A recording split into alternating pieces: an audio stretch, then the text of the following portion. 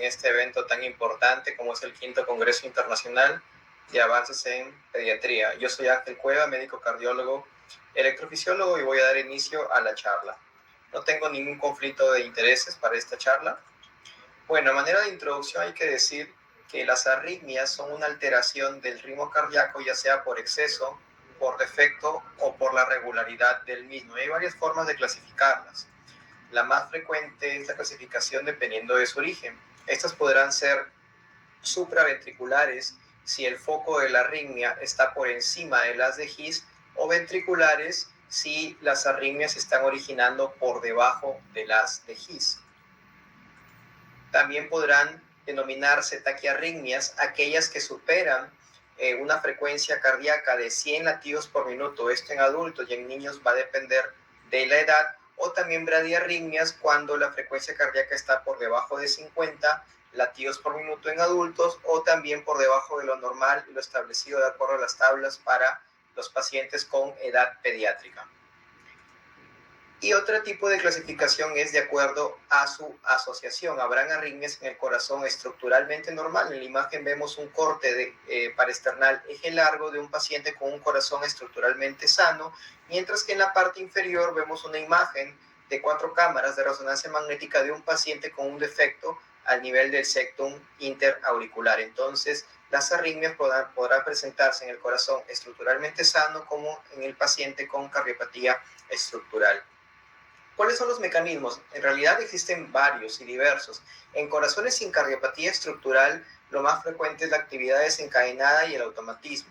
Por ejemplo, aquí tenemos una gráfica del corazón y también tenemos una gráfica del potencial de acción. Ese potencial de acción que ven en pantalla va a ser el potencial de acción del nodo sinusal, que es el marcapasos normal del cuerpo humano, ¿correcto? Marcapasos normal del corazón, y tiene una pendiente de fase 4 que va a generar la propiedad de automatismo.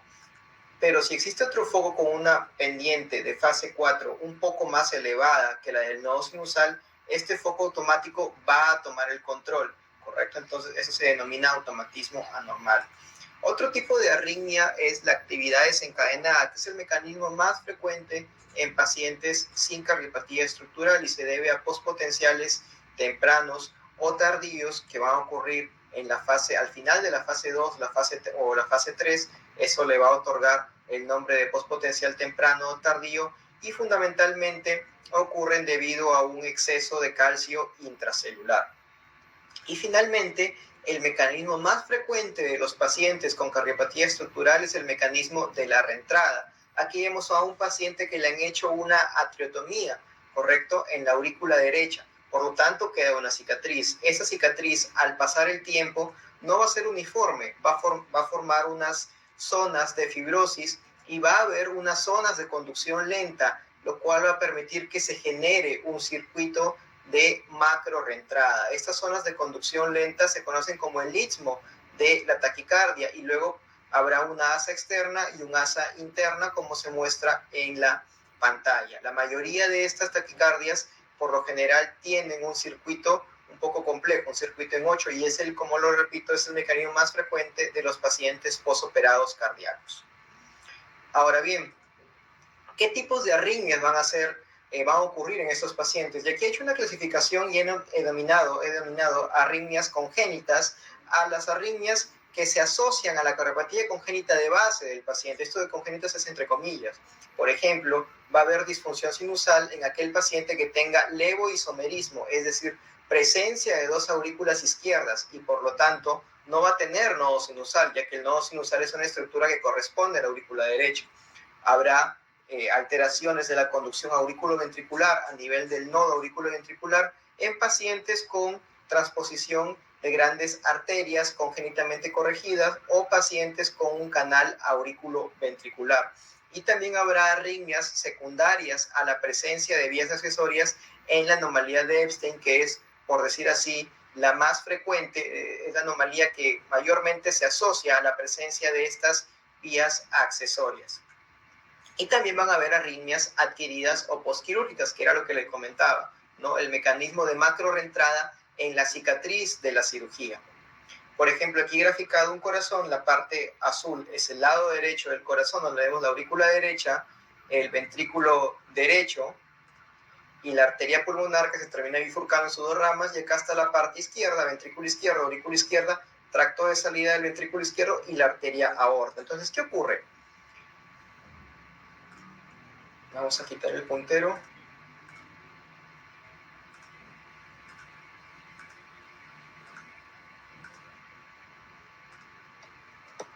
Bueno, ¿qué ocurre? Van a haber defectos, ¿correcto? Van a haber defectos congénitos que van a ir a cirugía. Por ejemplo, va a haber un cierre de CIA. ¿Cómo es el abordaje en estos pacientes?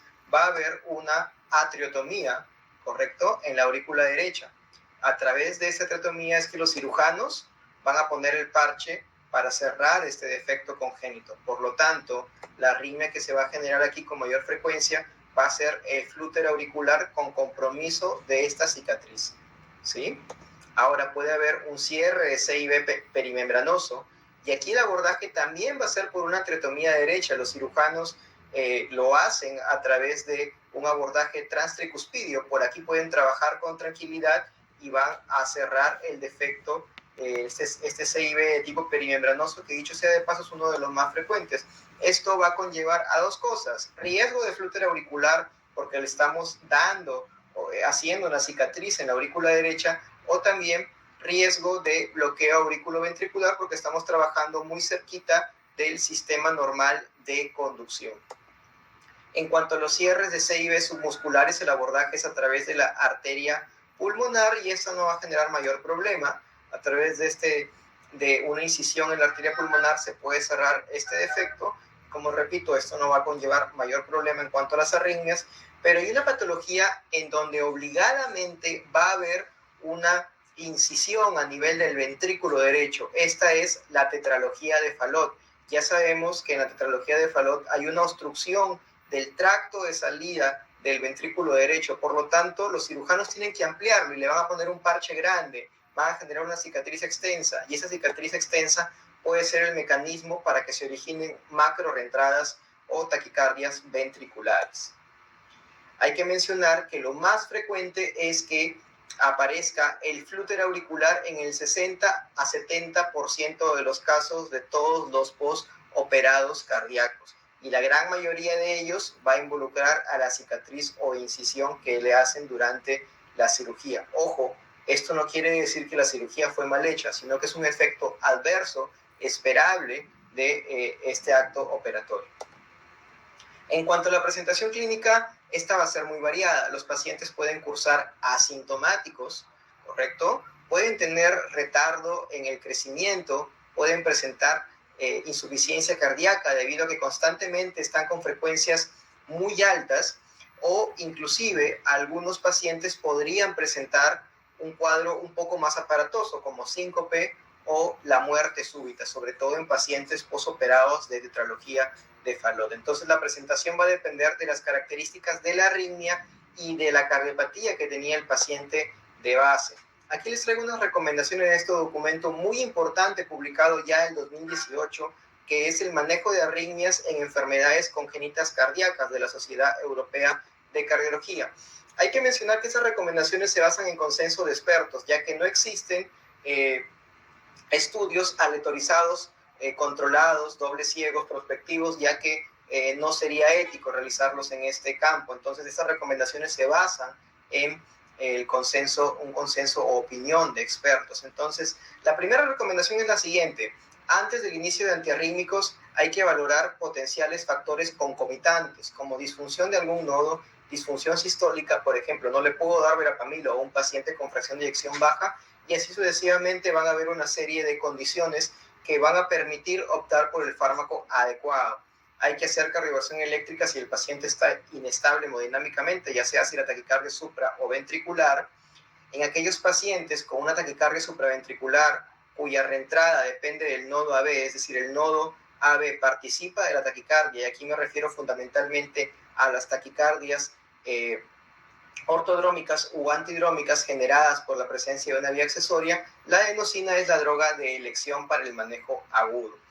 En los pacientes posoperados cardíacos, la primera estrategia lo ideal es el control del ritmo, es decir, sacarlos de la arritmia para volverlos o regresarlos a ritmo sinusal, ¿correcto? Porque ya de por sí hay un daño estructural y si yo le agrego una arritmia, el compromiso hemodinámico va a ser mayor, por tanto hay que tratar de sacar al paciente de la arritmia. Eso se llama estrategia de control del ritmo.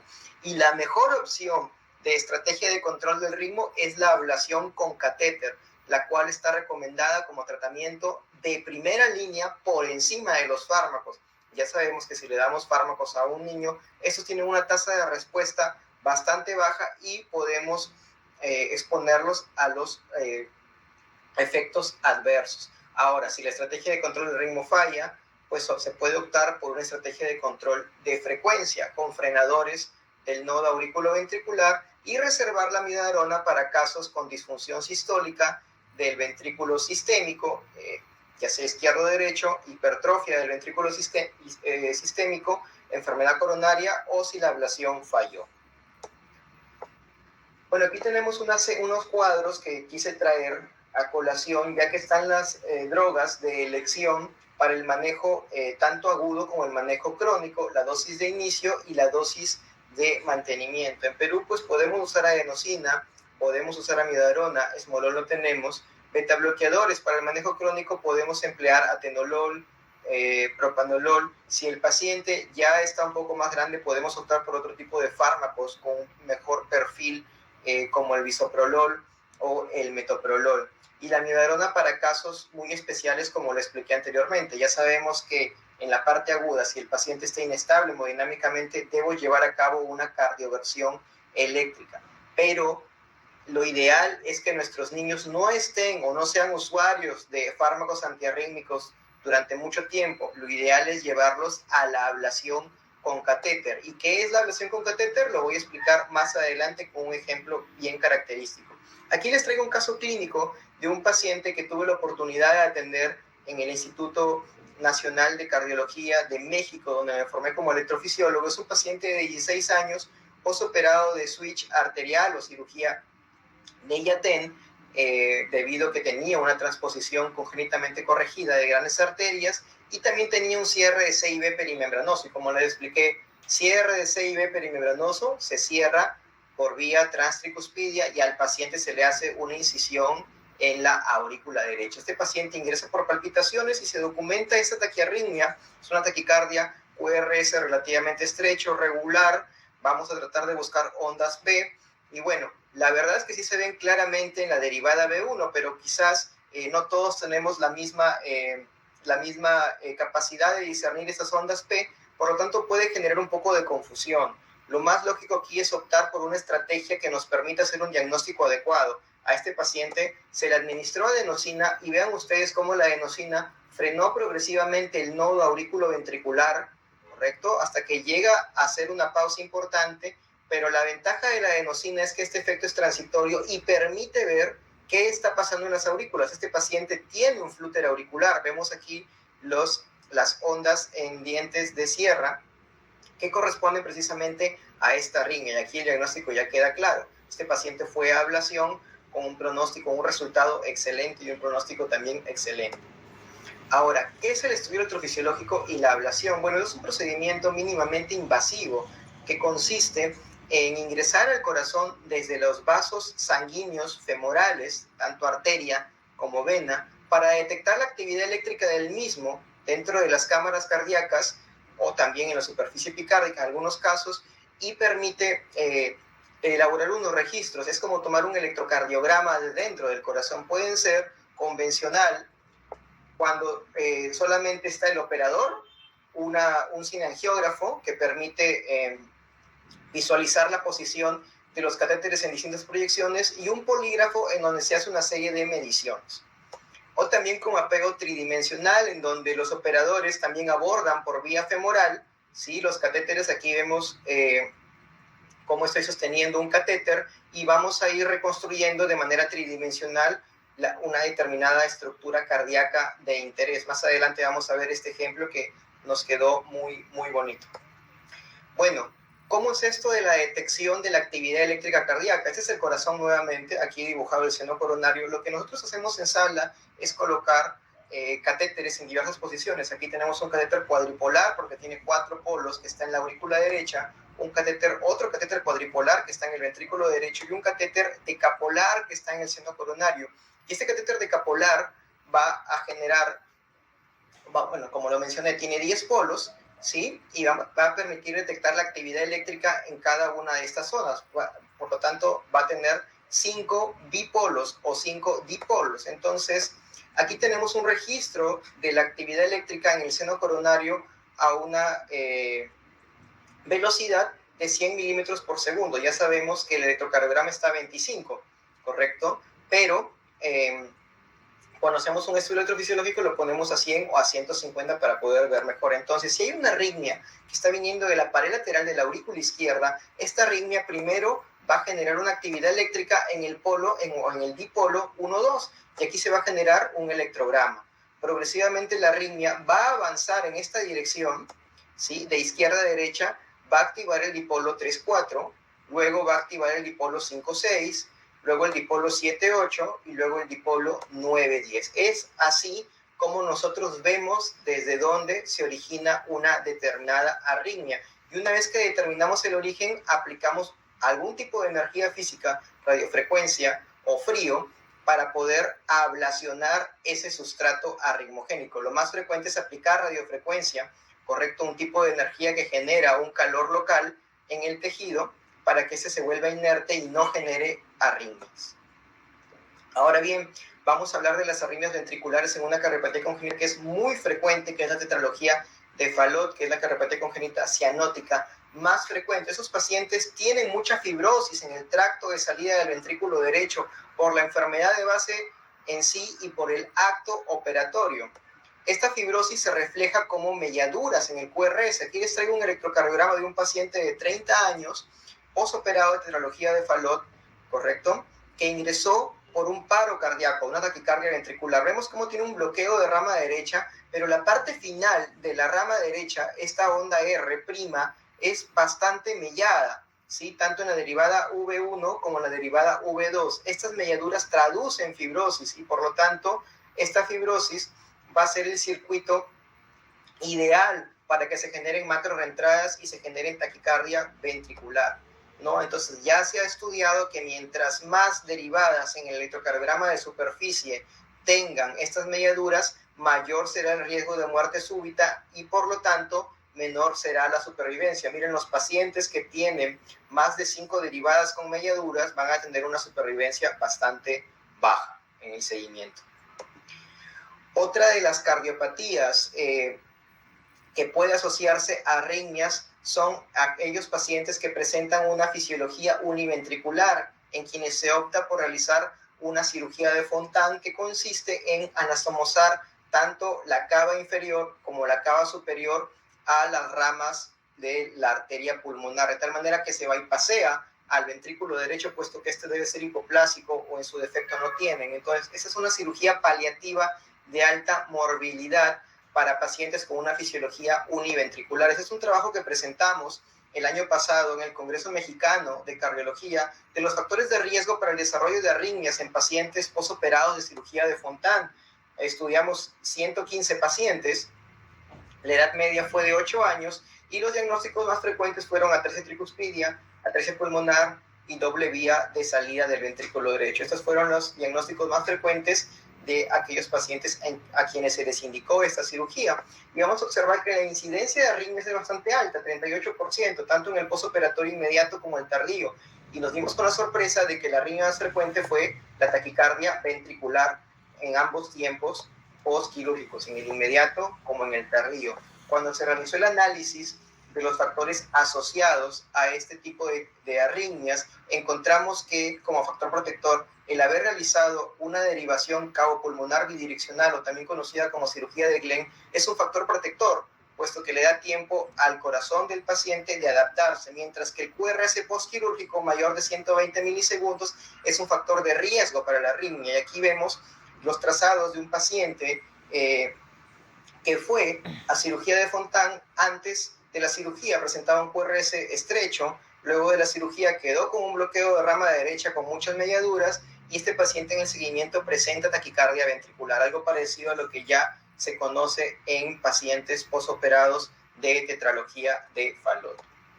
Bueno, pero no todo es taquiarritmias, va a haber también bradiarritmias y el paciente, como lo mencioné, puede quedar con un bloqueo avanzado después de la cirugía. Y lo que recomienda este consenso de expertos publicado el año 2021 es que hay que esperar 7 a 10 días después de la cirugía para el paciente llevarlo al implante de un marcapasos definitivo. O también podemos ponerle un marcapasos a aquel paciente que presenta un bloqueo tardío. Cuando ha presentado de manera aguda un bloqueo transitorio, podemos ponerle a aquel paciente con síncope inexplicable, si es que ha tenido un bloqueo posoperatorio transitorio, o también se puede adelantar el implante de un marcapasos si se prevé que ha habido una lesión extensa del sistema de conducción y que este bloqueo no va a ser reversible. Y este dato nos lo tiene que dar el cirujano, ¿no? Porque ellos son los que entran a sala y los que tienen que trabajar juntamente con los clínicos para poder indicar el implante de este marcapasos. Aquí vemos un estudio observacional de 15.900 pacientes, la mayoría de ellos menores de 18 años, en donde la incidencia de bloqueo fue de 2.7%, ¿sí? Tanto bloqueo definitivo como transitorio, pero bloqueo definitivo solamente 1%. El 94% de los pacientes se recuperó a los 10 días. Encontraron que habían muchos factores de riesgo, por ejemplo, un tiempo de circulación extracorpórea prolongado, la presencia de cromosomopatías, procedimientos de alto riesgo como los que estoy enumerando aquí, procedimiento de Nicaidoi, que es la corrección de una transposición de grandes arterias congénitamente corregida, pero donde hubo también manipulación de los tractos de salida porque el paciente tenía una estenosis pulmonar. Vemos que la incidencia de bloqueo auriculoventricular definitivo es bastante alta, y así sucesivamente va a haber una serie de cirugías que van a incrementar o van a tener una incidencia alta de bloqueos auriculoventriculares, por ejemplo, el cambio valvular tricuspidio, ¿no? Que presenta un 10% de incidencia de bloqueo auriculoventricular definitivo. Finalmente, les quiero mostrar un caso clínico que recientemente realizamos en el Instituto Nacional de Salud del Niño. Se trata de un paciente de 4 años de edad, pesaba 13 kilos. Este paciente tenía antecedente de drenaje venoso anómalo pulmonar total de tipo mixto. ¿Y qué es eso?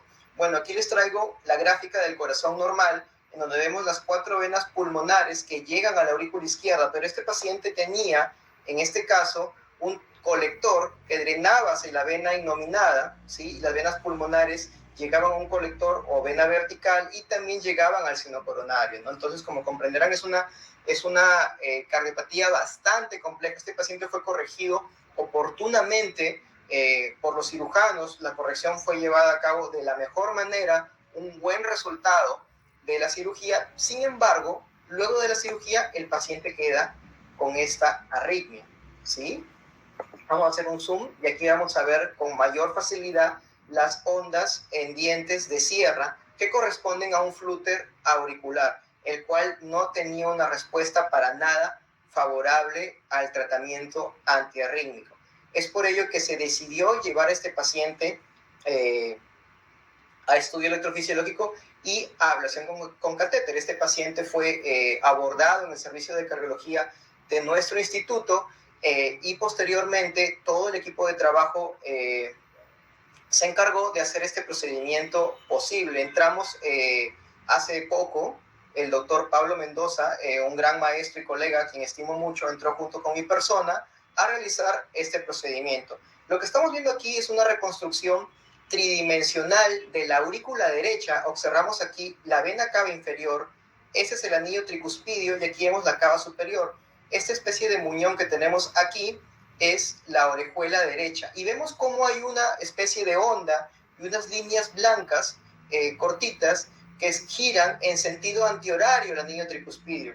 Este es el sentido del flúter que tenía este paciente. Tenía un flúter típico con giro antihorario, con una zona de conducción lenta tanto en el istmo cavo tricuspidio como en la pared septal a nivel del parche de cierre de CIA, porque el CIA es un defecto obligado en pacientes con drenaje venoso anómalo.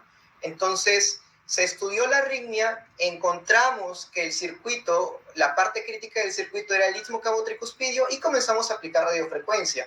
Es una vista del istmo cabo-tricuspidio, ese es el anillo tricuspidio, acá está la vena cava inferior, aquí estamos aplicando radiofrecuencia y justamente en este punto, observen ustedes cómo es que aquí el paciente se encuentra en flúter, justamente durante la aplicación de radiofrecuencia en este punto, la arritmia va a terminar. Aquí tenemos ya 2 puntos de aplicación de radiofrecuencia y aquí ya la arritmia paró. El paciente sale a ritmo sinusal.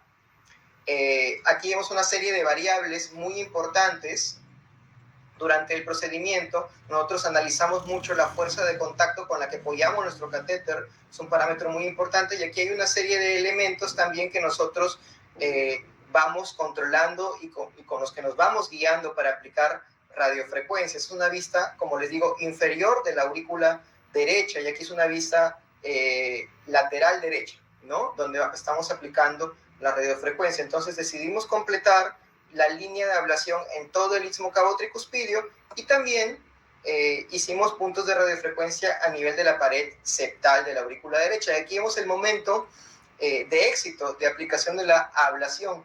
Vemos cómo en este registro aquí, que es el catéter de ablación, hay un artefacto debido a que se está aplicando radiofrecuencia y llega un momento en que la arritmia cesa y el paciente sale a ritmo sinusal, como lo verán aquí claramente.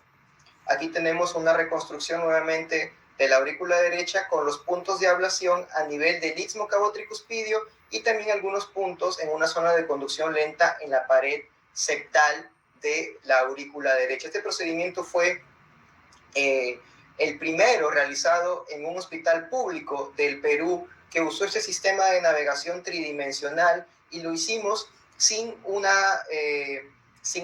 fluoroscopía, prácticamente con una técnica denominada cero fluoroscopía. Todo fue guiado por ese sistema tridimensional, ¿no? Entonces, de verdad que ha sido algo realmente satisfactorio para nosotros, un gran logro de todo el departamento de nuestro instituto, todo el departamento de cardiología y también de toda la institución. Y aquí les quiero mostrar los comparativos, el electrocardiograma preablación y posablación en ritmo de flúter y en ritmo sinusal, el zoom respectivo de una derivada, que en este caso es el D2, en donde vemos que aquí están las ondas en dientes de sierra y aquí está el paciente ya en ritmo sinusal. Un procedimiento sin complicaciones, con éxito, todo salió muy bien, el niño ya está en su casa, fue egresado al día siguiente del procedimiento. Entonces es